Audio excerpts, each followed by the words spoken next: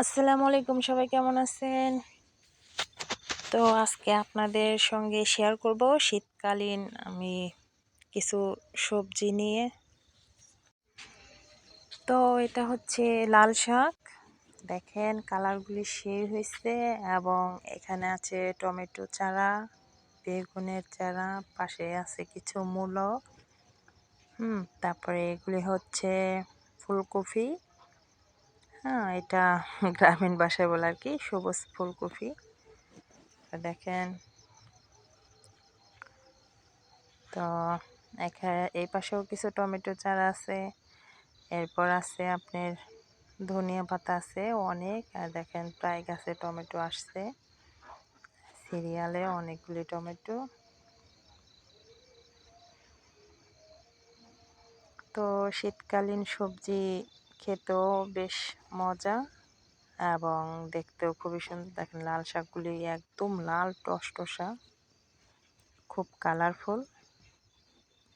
তো পাশাপাশি দেখেন মূলগুলিও হয়েছে এবং এখানে ধনিয়া পাতা আছে অনেক।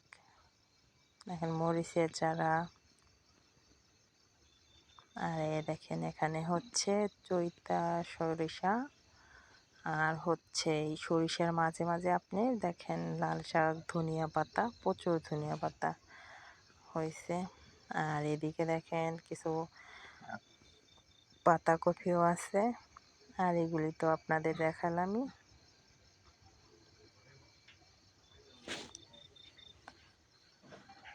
তো এই পাশে আবার আপনার